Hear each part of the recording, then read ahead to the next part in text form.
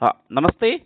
112 वेद अध्यापक जो थी कि आपंकर प्रति मास दरमा मिल पाखापाखि 65,000 ता सहित आपको रहा खाଇବା फ्री सेपरी भाव में 18टी संस्कृत टीचर जो थी कि आपंकर पर मंथ मिल पाखापाखि 45,000 प्लस आपंकर रहा खाଇବା फ्री ताहा मध्य आपंकर सेंट्रल गवर्नमेंट अंडर रे तो या भल सुजोग बोधे आउ कि ना तो ये भिडटा से सहित सेयार करूँ जो मैंने अलरेडी आपंकर बीएड सारी देती टेट एग्जाम क्लियर टेट अर्थ टीचर्स एलिजिबल टेस्ट सीटेट ओएसएसटी दे सारी वेद रे मध्य सेमानकर योग्यता रही तो से केवल कर्मकांड इत्यादि करके रोचते से पाखु ये भिडियोटी निश्चित रूप से पठातु तो आउ थे कहीदे जे वेद जो मैंने कर बीएड दरकार नहीं कि संस्कृत टीचर पे आपको बीएड दरकार रही 18टी पोस्ट रही बहुत बढ़िया सैलरी रही बहुत बढ़िया सुविधा रही चलूँ जाना कौन एक्चुअली व्यवस्था रही ये पूरापूरी सेंट्रल गवर्नमेंट अंडर शिक्षक नियुक्ति होची तो ता पूर्व जो मैंने नुआ अच्छा तो से सोशल मीडिया साइट को फॉलो करेंगे तो टाइम टू टाइम आपको अपडेट मिल तो चलते आरंभ करवा तो जो मैंने नुआ अच्छा तो से निश्चित रूप से फॉलो करेंगे ये हूँ महर्षि शांतिपनि राष्ट्रीय वेद विद्या प्रतिष्ठान उज्जैन ये नोटिस आसी ये आपंकर कहींपर जो आप डीम्ड यूनिवर्सिटी बोलिकी कहींपर जहाँकि शिक्षा विभाग भारत शिक्षा विभाग अधीन में चली तो तांकर गोटे पोस्ट आसाला जो थी कि आपण 4/9 अर्थात ठीक गुरु दिवस पूर्व से नोटिस को बाहर करते तो टीचर वैकेंसी विषय में जो थी कि आपको पोस्टिंग हम देखो फास्ट आप उज्जैन मध्य प्रदेश देन सेकेंड आपंकर पुरी ओडिशा थर्ड आपको द्वारिका गुजरात 4 नंबर हूँ गुवाहाटी आसाम 5 नंबर हूँ श्रृंगेरी निकटस्थ कर्णाटक और बद्रीनाथ निकटस्थ उत्तराखंड जब मत भर को लोकेशन मिले तो फास्ट चूज करी बद्रीनाथ कहीं से जगह रही बहुत इच्छा तो से भाव में जो मैंने एक्चुअली एप्लाय करूँ पूरापूरी कौन विषय वस्तु रही केतटा कोटी पोस्ट रही फर्स्ट देखी दिंतु तो आपको लास्ट डेट हूँ एप्लाय कर 26/9/2025 तो डेट मन रखी दिखाँ या आपको स्पीड पोस्ट पोस्टाल करेंगे मेल करेंगे जो 25 पटेल 26 हो ये स्पीड पोस्ट करेंगे आज ही प्रोसेस आरंभ कर दिंतु जिते जन आप सांग अच्छा जो मैंने कि वेद पढ़ी केवल पूजा पूजी इत्यादि कम लगी से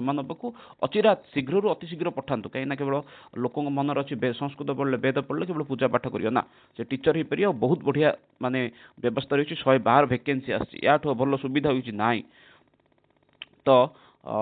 चलते आरंभ करवा गोटे मिनट हाँ हाँ तो आपन फास्ट देखी नियंतु ये आपंकर हूँ फास्ट आपंकर प्रिंसिपाल 6टा प्रिंसिपाल पोस्ट वैकेंट अच्छी जोटि कि आपन दरमा हो 1,35,000 माने गोटे असिस्टेंट प्रोफेसर दरमा ठू भी अधिक असिस्टेंट प्रोफेसर ओडिशा रे 70-80 मिलूँ ये 1,35,000 सेंट्रल गवर्नमेंट रे से एति आपन दरमा रही बहुत बढ़िया यार योग्यता कौन अच्छी ना योग्यता को सी मिनिमम कहीदे आपको 25 ରୁ 35 वर्ष इतिहा दरकार भल विषय बाकी बहुत जन थे ये सन्देह ना ये तो नेक्स्ट आपन अच्छी नेक्स्ट आपंकर अच्छे देखो ऋग्वेद साकल शाखा जो थी कि आपंकर 12टा पोस्ट अच्छी ये शुक्ल यजुर्वेद माध्यमिक शाखा जोटि 12टा पोस्ट अच्छी सेपरी भाव में आपंकर गोटे गवर्नमेंट पूरा सब जहाँ पढ़ुनी शुक्ल यजुर्वेद काणु शाखा 12टा कृष्ण यजुर्वेद तैतरीय शाखा 12टा सामवेद कौथुम शाखा 12टा सामवेद जैमिनीय शाखा 12टा सामवेदी राणायनीय शाखा 12टा अथर्वेद सौनुक शाखा 12टा अथर्वेद पैपल शाखा 12टा ये भाव में आपको पद संख्या हूँ माने 114 से प्रिंसिपल पोस्ट काटिदेवे 112 पोस्ट मुझे कहती एक्चुअली भूल था 114टा पोस्ट अच्छी आ दरमा आपको 65,000 प्लस रहा खाଇବା फ्री या भल सुजोग किसी ना बोधे संस्कृत पिलापी तो ये आपंकर गोटे जिन सी स्पष्ट कर देते जी मत एप्लाय कर समय आपंकर से अनुसार आपंकर निजुक्ति संबंधी योग्यता थी दरकार जेकोसी वेद आप एप्लाय कर वेद आप कंठस्थ होता दरकार जब विकृत पाठ कर एप्लाय करनी स्पष्ट रूप फास्ट ही डिक्लेयर करदेला ठीक ठाक जो वेद उच्चारण ना एप्लाय करनी एप्लाय करके अजथा समय नष्ट करनी आ प्रिंसिपल जो मैंने एप्लाय कर कम से कम 10 वर्ष कौन वेद पाठशाला अनुभव थी दरकार चलते ये सब जिन देखिए सहित सामान्य कंप्यूटर ज्ञान थी दरकार आजिकल से समस्त पाखे अच्छी तो नेक्स्ट आपको देखो संस्कृत टीचर पे आपंकर पोस्ट संख्या के सी हूँ 12टा के जन कहते 12टा अच्छे 18टा ठकी दूसरी बोली नहीं आउ 6टा विषय आगू कही संस्कृत में आपंकर 12टा पोस्ट थी दरकार मिनिमम 25 ରୁ 55 वर्ष भितर थी दरकार दरमा आपंकर 45 ठीक अच्छे ओडिशा रे जदि मिले पुरी बेले बढ़िया से मासू ये 45,000 पाइबा पुणी थर कर्मकांड इत्यादि कर डबल इनकम कर भिडटा को सहित अतिशीघ्र पठे दिंतु जो मैंने एक्चुअली वेद रे पाठ पढ़ापढ़ी कर केवल कर्मकांड पूजा इत्यादि कर नेक्स्ट आप देखो हाँ योग्यता विषय देखते संस्कृत टीचर जेकोसी यूनिवर्सिटी आपंकर +3 55% थी ତା ସହିତ ଆପଣଙ୍କର ପିଜିରେ ମଧ୍ୟ କମ ସେ କମ 60% ଥିବ, ତା ସହିତ ମାନ୍ୟତା ପ୍ରାପ୍ତ ବିଶ୍ୱବିଦ୍ୟାଳୟରୁ ଆପଣଙ୍କର 55 ବା 55% ଛାଡ଼। ଦେନ୍ ସେକେଣ୍ଡ କମ୍ପଲସରି ହେଉଛି ବିଏଡ୍, ଆପଣଙ୍କର ଶିକ୍ଷାଶାସ୍ତ୍ରୀ ବା ବିଏଡ୍ ହେଇଥିବା ଦରକାର। ଏଇଟା ପାଖାପାଖି 90% ଲୋକଙ୍କ ପାଖରେ ଥିବ, 10% ଥିଏ ଯିଏକି ବିଏ ପରେ ବିଏଡ୍ ବା ଶିକ୍ଷାଶାସ୍ତ୍ରୀ ନ କରିଥିବେ, ତ ସେମାନଙ୍କ ପାଇଁ ବହୁତ ଇମ୍ପୋର୍ଟାଣ୍ଟ ଏଇଟା। ତା ସହିତ ଆପଣଙ୍କ ବାଞ୍ଛନୀୟ ଯୋଗ୍ୟତା, କମ୍ପ୍ୟୁଟର ବିଷୟ ଟିକେ ଅଳ୍ପ ବହୁତ ମାନେ ଜ୍ଞାନ ଥିବ, ବେଦ ବିଷୟ ବୈଦିକ ଗଣିତ ବିଷୟରେ ଟିକେ ଅଳ୍ପ ବହୁତ ଜ୍ଞାନ ଥିବ, ସାଂସ୍କୃତ ଟେଟ୍ ମାନେ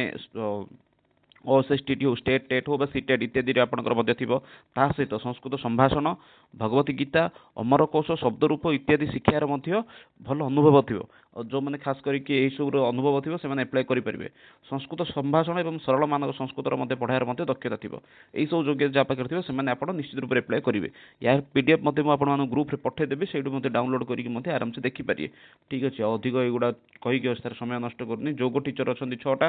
ଯୋଗ ଟିଚର ମଧ୍ୟ ଆମର ବହୁତ ଜଣ ଯୋଗର ଡିପ୍ଲୋମା ଇତ୍ୟାଦି କୋର୍ସ କରିକି ସାଂସ୍କ୍ରିଟ ସହିତ ବହି ଘରେ ବସୁଛନ୍ତି, ମିଳୁନି ବୋଲିକି ଛାଡ଼ନ୍ତୁ। ତାପରେ ଏସବୁ ଆପଣଙ୍କର ନନ୍ ଟିଚିଂ ପୋଷ୍ଟ, ନନ୍ ଟିଚିଂରେ ମଧ୍ୟ ବଢ଼ିଆ ଦରମା। ଦେନ୍ ଆପଣଙ୍କର ଅଛି କ'ଣ ଏଠି, ଗୋଟେ ମିନିଟ୍, ହଁ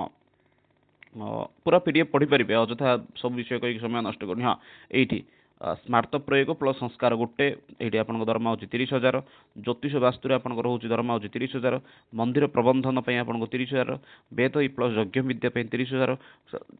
ସେହିପରି ଭାବରେ ଅର୍ଚ୍ଚକତ୍ୱ ପୌରାହିତ୍ୟ ପାଇଁ 30,000। ଏହିପରି ଭାବରେ 6ଟା ପୋଷ୍ଟ, ଟୋଟାଲ ଆପଣଙ୍କର 18ଟା ପୋଷ୍ଟ ମୁଁ ସେଇଟା କହିଥିଲି, ଏଇଟା ଆଉ 6ଟା। ଏମିତି କରିକି ଆପଣଙ୍କର ପୁରାପୁରି ମାନେ ଏଇଟା ବଢ଼ିଆ ଭ୍ୟାକେନ୍ସି ବ୍ୟବସ୍ଥା ରହିଛି। ଯେଉଁମାନେ ମଧ୍ୟ ଆକ୍ଚୁଆଲି ଆପ୍ଲାଏ କରିବାକୁ ଚାହୁଁଛନ୍ତି ଅତି ଶୀଘ୍ର ଏସବୁ ଜିନିଷ ପାଇଁ ଆପ୍ଲାଏ କରିଦିଅନ୍ତୁ। ବହୁତ କମ୍ ଡେଟ୍ ମାନେ ଦିନ ରହିଛି।